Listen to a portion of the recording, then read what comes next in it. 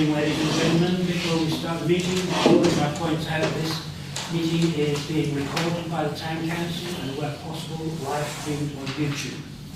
Please note that the recording device is sensitive and the live stream may be recorded by third parties. So do not say anything you do not want recorded. If necessary, I will direct all recording in the room and the live stream to be stopped. But generally, I want to avoid doing that, so that we will normally record everything except any item taken in closed session. Members of the public may also make their own recordings, but must follow our rules for doing so, including stopping recording when requested. Whilst we do not accept anonymous speaking at the public forum, members of the public who wish to speak out but do not want their name published must please indicate this before saying your piece. Thank you.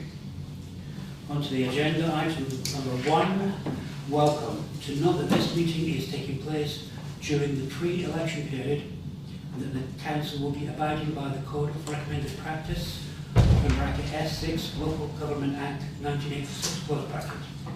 Members are requested to respect the Council position and not give reports, make comments or statements which could be politically sensitive whilst in Council meetings. Can also take this opportunity to welcome Jane to her first full Council meeting as the minute taker. Thank you. On to item number 2, apologies for absence. We have apologies from Councillor Viverini, Councillor Furman and Councillor Jones. Thank you. Item number 3 on the agenda, declaration of interest and request for dispensations. Do we have any declarations? None we've received. Thank you. Quickly on to item 4, minutes of the previous meetings of the Town Council held Monday 20th of February. Confirm the minutes held on that date as correct record on the screen at the moment.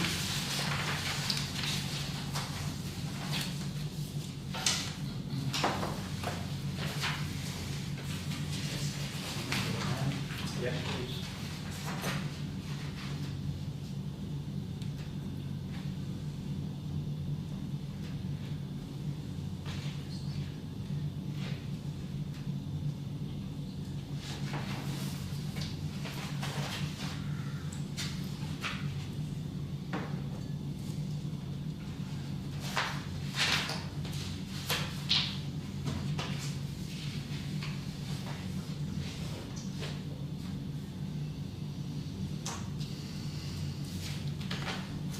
Okay, can I have a proposer? Councillor Roach, seconder, Councillor Smith, all those in favour? True record, thank you very much.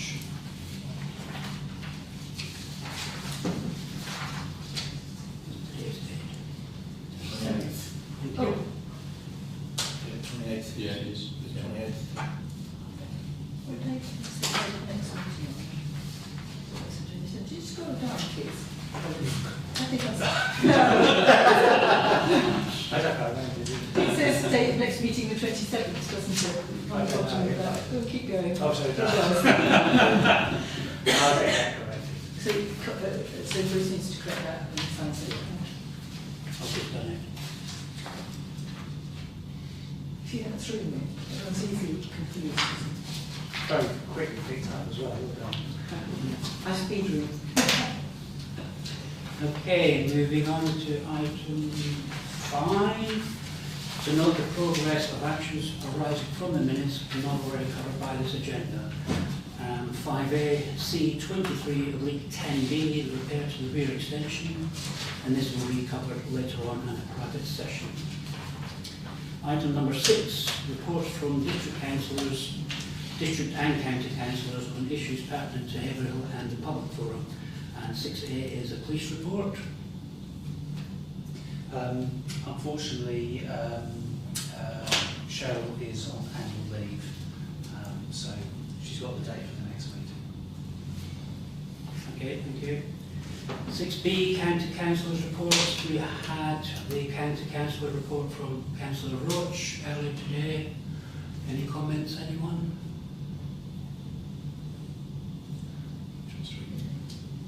I'm presuming we've all read it. Okay, vote. It came in about 2 hours ago, yes. Do you want me to put it on screen? Some people work. Yes. For those that haven't been able to see it, we've been working.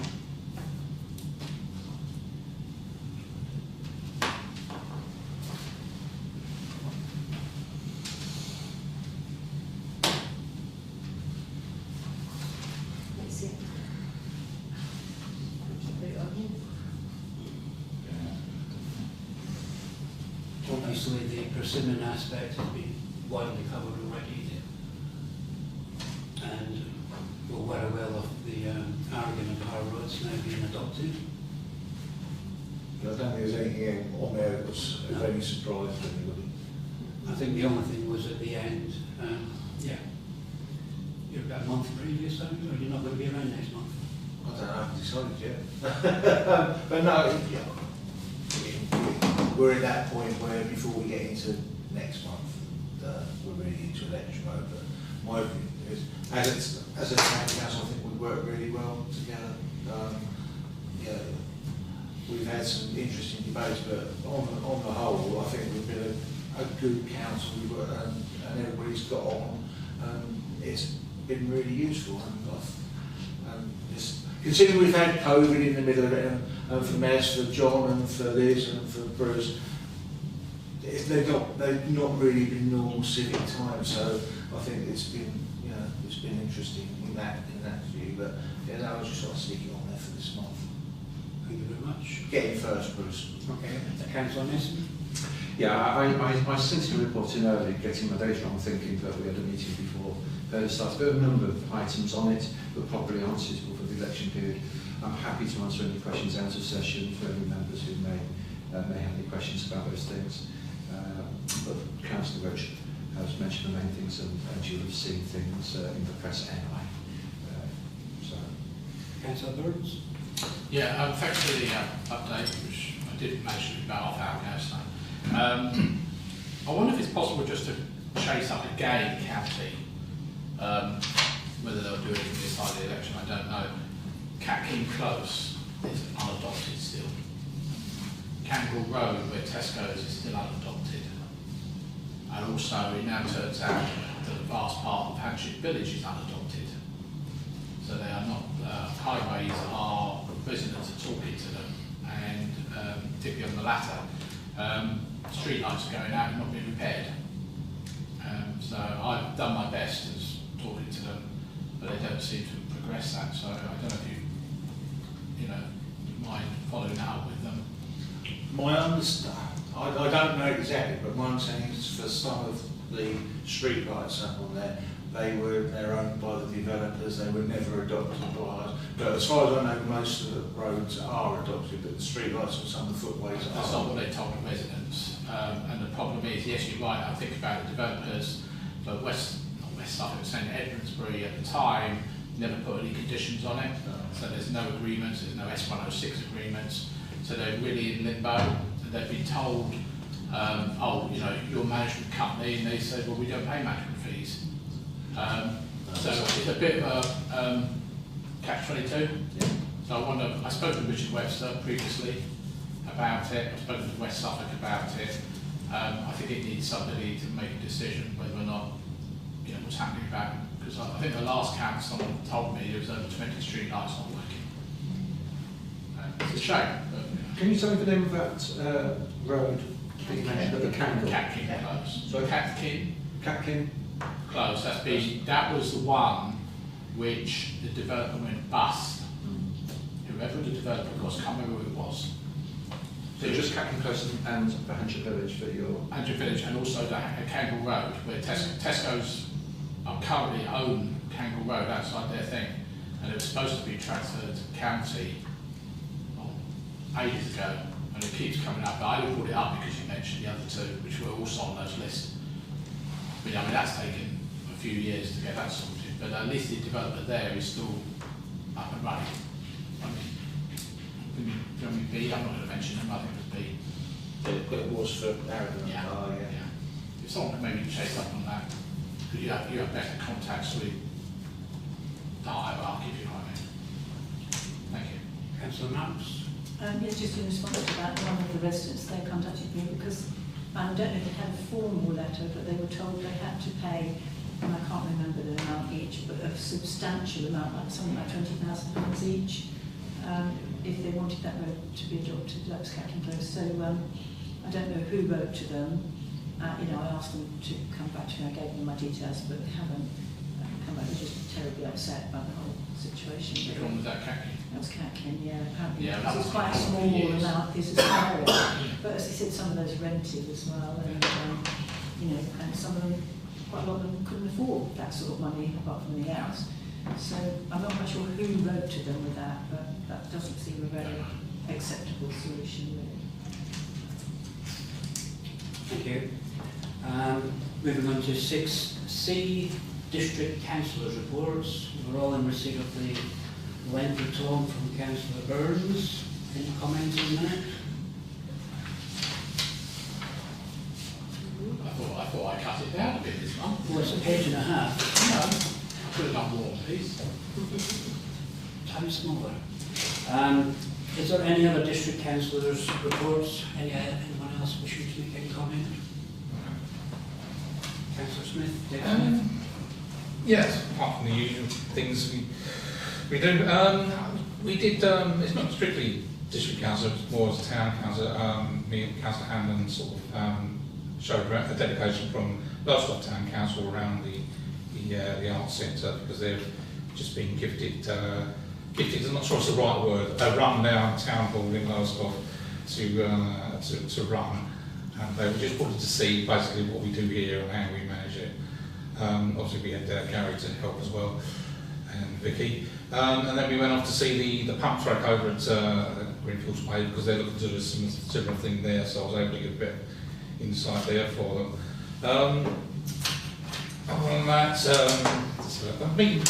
went to the disability group meeting today. Very interesting. They had a representative, I think it's the operations manager from Stagecoach there, so they could put forward their experiences of what it's like as disabled people, wheelchair or otherwise, to actually get on buses. It was a very constructive meeting, and they've taken away some good points which they're going to have a look at.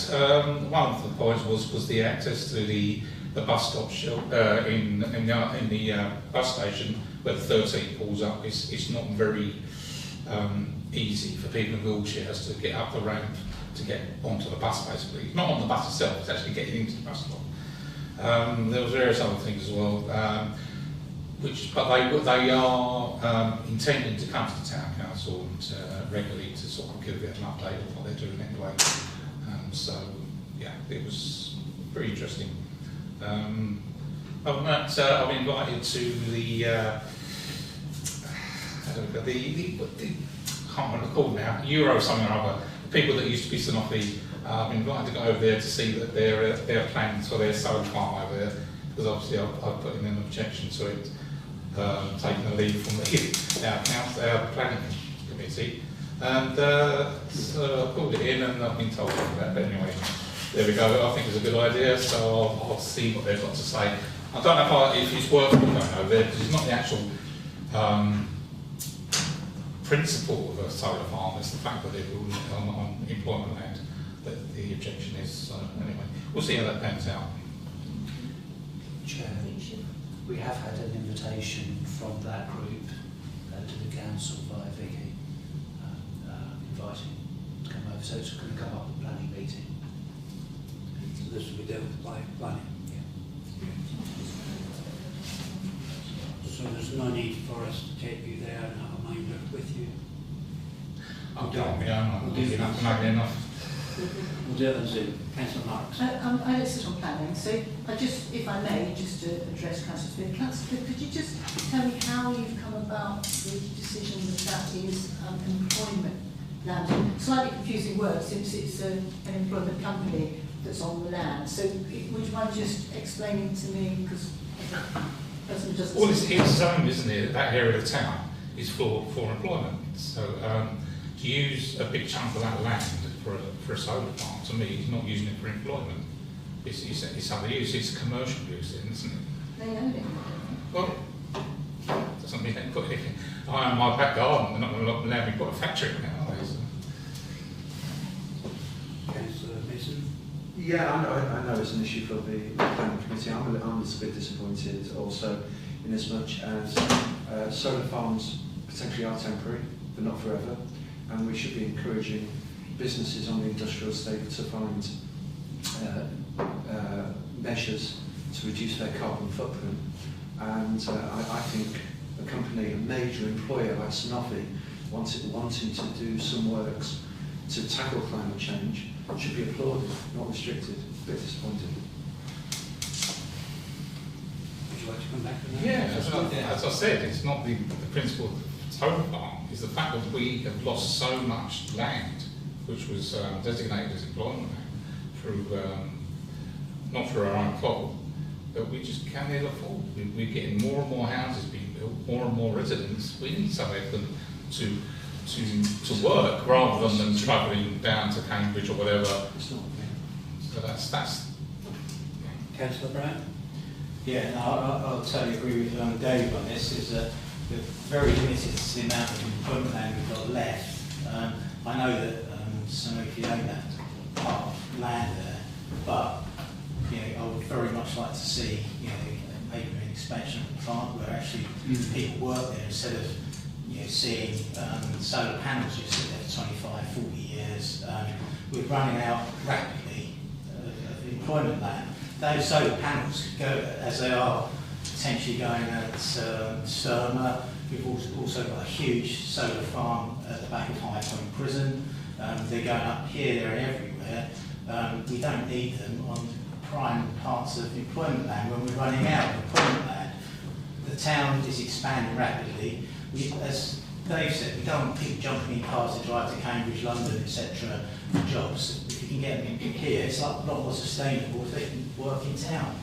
I want to be careful because I don't want to be accused of electioneering because this feels like an electioneering debate. As far as I see it. Can I stop you there? This is a planning matter. Good. How can it Okay. be electioneering? Okay. Well, because I think a lot of the good points are good points about the growth of the town, and we need employment, and we do need to make sure that land is made available. But land that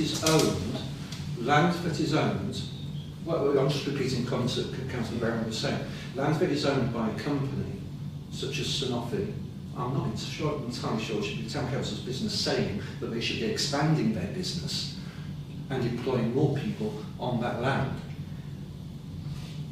I think if it was vacant land, if it was available for other businesses to build on and develop, fine. But it sounds like that you were telling Sanofi they need to expand their business and employ. No, it's for employment. It's not for solar panels. That's what it's owned as. And the thing is, it came up at planning, Joe. You could more than welcome to come or submit something to the planning meeting. This isn't planning meeting. We discussed the whole of this, and everyone had the opportunity to say their bit at the time. Before I go into Councillor Roach and Councillor Byrne, there will be another planning meeting, which obviously they'll be coming to. So, as you just said, please do come on to the next planning meeting when they're going to be there and put these points over. They might be there, if they come, yes. Councillor Roach. Just on a planning technicality, right, so any site that land is already designated employment land. It is owned by the company that are on that site. It is there. That land is not available as employment land to anybody else. So what they do with their land as the site owner is up to them. That will not come forward as employment land in the scheme of things probably ever, because if they will keep that site anyway in case they wanted to expand in the future. So to say it's losing employment land is a fallacy. It's just not, because it's not available to anybody else, and that's the end of it. It's not strictly true. That's nonsense. That's nonsense. I don't want to get into debate about this. Councillor Byrne. Is that the land was designated as employment land. Sanofi themselves, what they're called now, themselves in their own documents state they've sat on that land for 15 years without doing anything with it, which is fine. But that volume of land is included in what was Vision 2031 and its predecessors as potential employment land, whether it's by them or somebody else. So there's lots of parcels of land like that in Haverhill which are owned by people that are available build on it. I think the thing about this particular application is we don't understand why they're perhaps not using other parts of their property, solar panels on roofs and things like that. That's why I think it's good for them to maybe come to the planning meeting or whatever, is good to understand what is it they're trying to do. It came out of the blue, this application. No, thank you. Any other comments? So watch this space, wait for the next planning meeting when there's enough, or whatever they're called these days. Decide to come, and obviously I'm sure town clerk will inform every single councillor. So I wasn't disposed. I did have an operation and I was out of action for a little while, so excuse. Moving on to 6D, members of the public. Do we have any members of the public? No, we don't. Oh yes, we do. No, we don't. Item number 7, the Mayor's report, been circulated. Any comments? Thank you. No. Item 8, One Haverhill Partnership. So the board meeting is actually this Thursday, so just position, there isn't anything to report other than what you've seen on the board agenda. Yeah. Okay. Chair, can I speak? Yeah. Yeah. I haven't actually got it in my diary because I haven't attended one since I've been nominated to go on there. I don't think it's in my diary. Thursday, 10 o'clock. Right. Right. Is it online or is it? No, it's in face-to-face at Parkway. Park Roadway. What forward the agenda? Right, thank you. Thank you, Councillor Marks. Yeah, I'd just like to commend Colin. He's put forward, we're always looking for something innovative to do at One Haverhill Partnership. We generally focus it around sort of local issues, but you've brought forward the possibility of having a science week here, and I know how successful Cambridge is, and I commend you. I just think it's a magnificent idea, and if they don't get behind it, maybe this town council will get behind it, because I certainly think it's an excellent idea and quite exciting really, and certainly bringing in some of the speakers that you suggested over from Cambridge. And, they're great fun. They're not just boring speeches. They're absolutely amazing events to attend. So, yeah, great idea. I don't know where you got that because it sort of. There was a Cardiff Science Festival, Science Fair, and I think where they can do it, we could be doing that. Oh, well, it's a really but I know Andrew Bell from the Epicenter is very interested, very excited. Well, they've got some good companies up there that would be probably very welcome to come along, but they do need to be a bit innovative because if they're involved children, they do need to do things. But yeah, look forward to that debate on Thursday, and I hope that gets well received. Councillor Listening. Yeah, I'm just wondering whether the task groups are still in place, or are they going to discuss those at the partnership meeting on Thursday? They are in place. The education one. Yeah, so the education one will need a reboot. David Buddy is taking early retirement to pursue other things, so there'll be an opportunity to reset that one, so that will be covered by the meeting. Okay.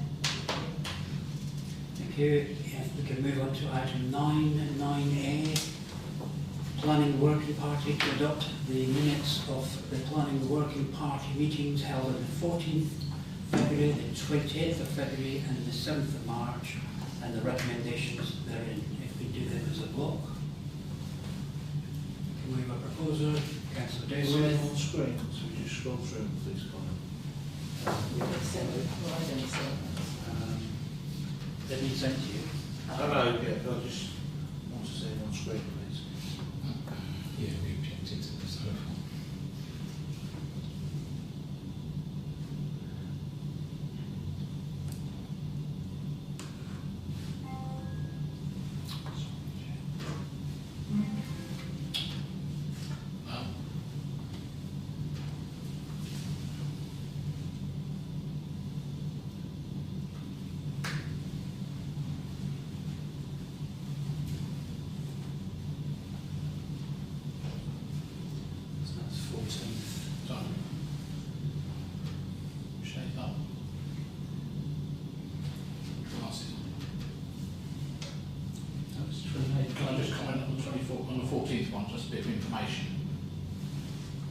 about the 5G mast. Apparently,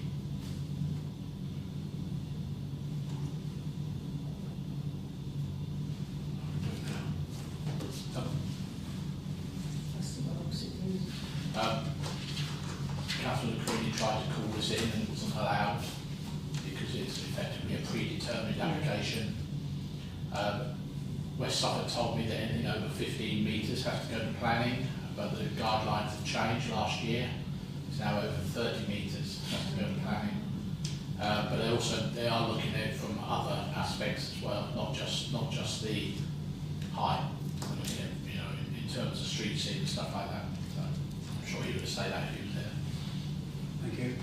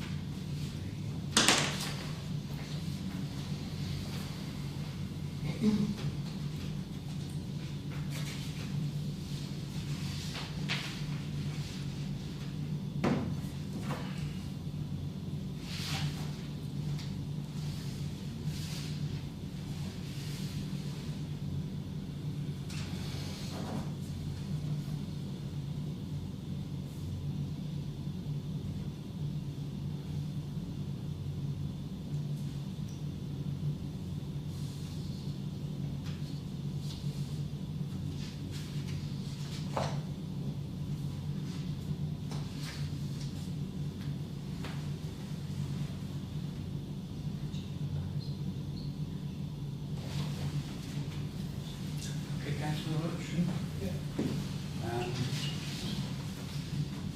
There was a typo in the one that's dated the 20th of February, it shows that the date of the next meeting is the 28th of February and it should be the 7th of March. Well, that would be down to the planning committee to pick that up. We're only adopting that, we're not. Okay, briefly. Do we have a proposer? It was Councillor Smith and seconder, Councillor Hanlon. All those in favour? Carried. Moving on to 9B, leisure and community. I'm guessing you'd like these up on the screen as well.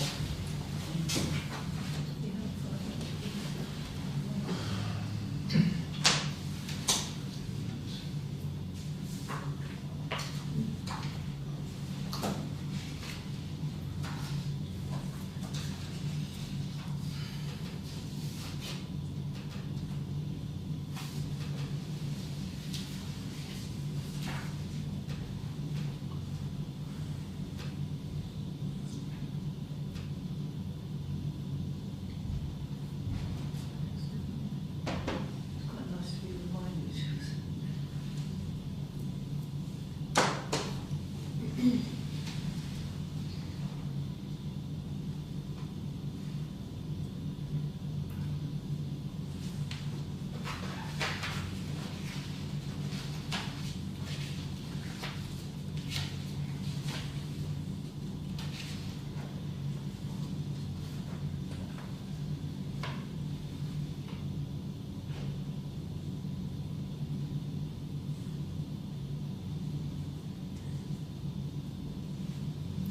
Councillor Roach. No, you're proposing? Yeah. Seconder, Councillor Marks. All those in favour? Carried. Item 10A, financial matters to authorise a payment of £50,331.42. Proposed by Councillor Marks, seconded by Councillor Roach. All those in favour? Carried. Item 11 on the agenda, to receive any urgent correspondence after the agenda was published. None. Item 12, actions taken under delegated powers. None. The date of the next meeting is Tuesday the 25th of April 2023. Item 14, exclusion of press in public. To resolve that under the Public Bodies bracket Admission to Meetings Clause bracket Act 1960, the public and representatives of the press and broadcast media be excluded from the meeting during the consideration of the following items of business as publicity being prejudicial to the public interest due to the confidential nature of the business to be transacted. I propose for words. Would you like to turn off the... I'll oppose and say. Oppose. I'll second it. Councillor Roach proposed, Councillor Marks seconded. All those in favour? Carried. No, I can do it.